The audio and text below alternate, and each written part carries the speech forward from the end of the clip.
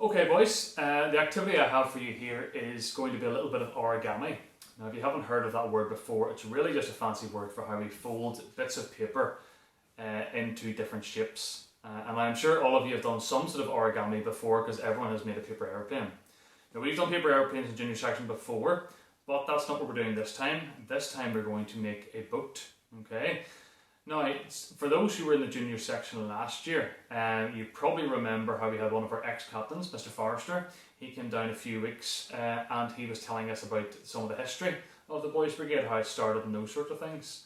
And one of the things he mentioned was the motto, sure and steadfast, and how that comes from a verse in the Bible, from Hebrews chapter 6, verse 19. And it talks about your hope in the anchor, and how that holds sure and steadfast. Okay, and I kind of thought about that sort of imagery of having an anchor, and of course the anchor is also our logo for the Boys Brigade, and it all kind of ties into a kind of boat theme. So I thought, okay, well, let's make a boat out of paper. Okay, so I've got my bit of paper here. What I'm going to do first actually is I'm going to change the camera angle just so that you can see a bit better what I am doing. So if you bear with me, I'm just going to put this up here so that you're kind of looking over my shoulder. Hopefully that works. Yep, that looks okay. Yep. Okay. So this is just a normal A4 bit of paper, and we're going to start very simply by folding it in half. Okay. Now the thing about origami is that you want to get your folds as neat as you possibly can. Okay, so you don't just sort of do it roughly and just stamp it down. You want to get these two corners as closely matched up as you possibly can. Okay, that's then there, and then I'll make sure these two corners are matched up, and they are, so you hold it nice and firm, and then you kind of make your crease like that. Alright, so that when you're done, it's got a perfectly folded in half bit of paper. Okay. Now the next bit we're going to do is we're going to fold it in half again. So we're going to fold it over this direction. Okay, and same idea, you want to match, I'm going to match these two corners up as closely as I can. It's harder than it looks, it takes a wee bit of practice, but that looks about right there. Hold it firm, and then we'll make our crease like that. Okay. Okay, so we've made two folds, but now you're actually going to unfold this one out flat again. Alright. Just like that. And actually I'm going to turn it the other way around, because what you want is to see the two open bits, you want them at the bottom, and then this fold along the top here. Okay, because what we're going to do now is we're going to fold in these two corners like that. Okay, and what you're going to do, I don't know if you can see it in the video or not, but this, because we did that fold that way, it's kind of made a crease line along here. So what you're going to do is from this here, we're going to fold that over, and this edge here should line up exactly to this crease line that you've made. That's how you know you've made a kind of perfect fold there. Okay. Okay, there's that one done. And then I'm just going to do exactly the same on the other side. And those two should meet up. I don't know if I've done it perfectly, but it's hopefully good enough for now. Okay. I think that should be alright like that. If I'm going too fast, the good thing is this is a video, so you can always pause it and you can rewind a bit if you need to. But now you should have a shape like this here. Okay, as I say, your open bits should be at the bottom here, because what we're going to do now is you've got two open bits down here, but you're going to take the top one and you're just going to fold it up over these bits of paper like that.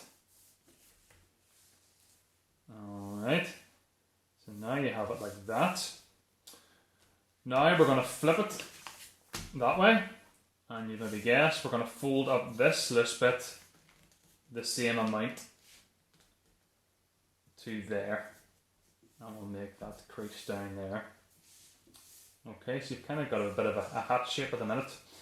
Now this next bit is a wee bit tricky. You might need someone to give you a hand with this bit, but I'm going to lift this up here so you can see now I can put my finger inside this. Okay, but what you're going to do is if you hold it in the middle like this and kind of separate these two bits out like that, did it very slowly there so you can see the way these corners are kind of curling up.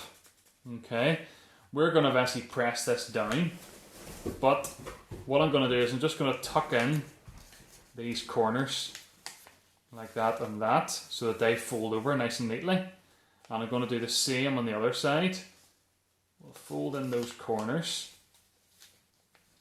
so that they're like that. And now it should press down so that you have a nice square piece. I'm just going to push that down. Yep, that's about it there. So we'll have a nice square bit there. So now that you have that, you should have the open bits again facing towards you. Because what we're going to do now is we're going to fold them up to meet the top corners. Okay, so fold it up, just the top one like this here.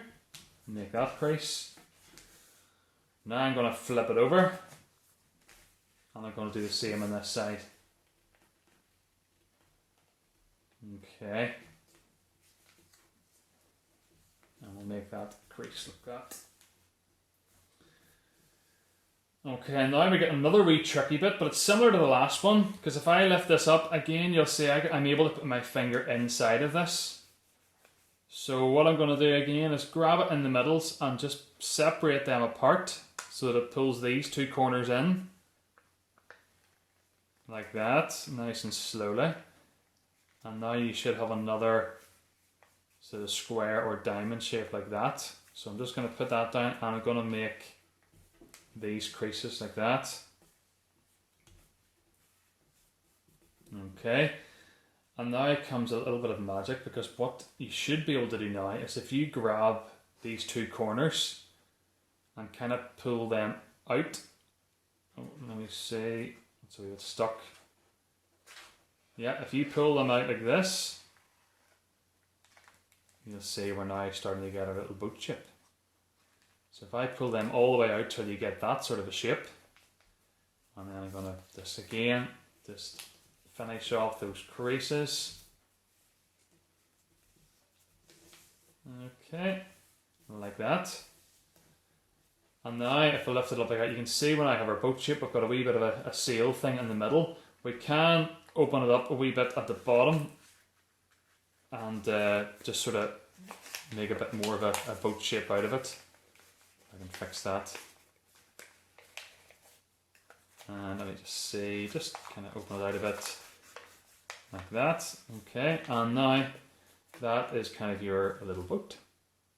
Okay. Now mine's a bit boring. Mine's just white, of course. It's just the white paper. What I'd like you to do is to kind of decorate yours. Okay, so you can sort of colour in the sides of it here. You might want to put in the BB anchor somewhere around it. You might want to write sure and steadfast up the edge, or maybe on the inside somewhere. And different things. You can maybe write Boys Brigade or Junior Section or something, just to decorate it in some way. And if you could then send us a picture of your finished boat so that we can see what you've done. And just to demonstrate, I've got here my little basin of water, because these things do actually float. So I'm just going to open this out again, and you see if I drop it in here, hey, floating around just like that. Now, I wouldn't recommend leaving it in water for too long, because eventually the water will soak through it, it'll just sink. But they do float for a short amount of time. Okay, so hopefully you got all that to say. If I went too quick there, at least it's a video, you can rewind back and we'll see how you can get on with that. But yeah, send us your pictures. We'd love to see how you decorate your boats. So send them in to us, that'll be great. Alright, bye. Okay boys, so the activity I have for you today is called Ski Ball. Okay, and basically the idea is you're going to be rolling a ball up this ramp here towards 3 different buckets, and you get different points depending on what bucket you can manage to get it into. So I'm just going to explain to you how to set it up so you can do it in your own house. So you can see here for the ramp, now you can kind of use your own inventiveness here as to how you make this ramp. As you can see, I've kind of used a couple of my many Lord of the Rings books that have been lying around the house. And then I've also used a very exciting fire safety training manual that I got from work.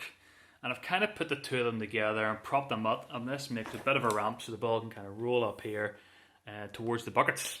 Okay, And you can see I've got 3 buckets here. Now, if you don't have 3 buckets, you can maybe use like a bin that you have in different rooms in the house. But hopefully you can get 3 different things of roughly the same size.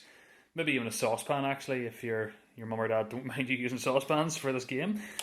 So the way we space them out, now most of you I'm sure will have a 30 centimetre ruler in your school bag. I couldn't find one, so I'm using a tape measure.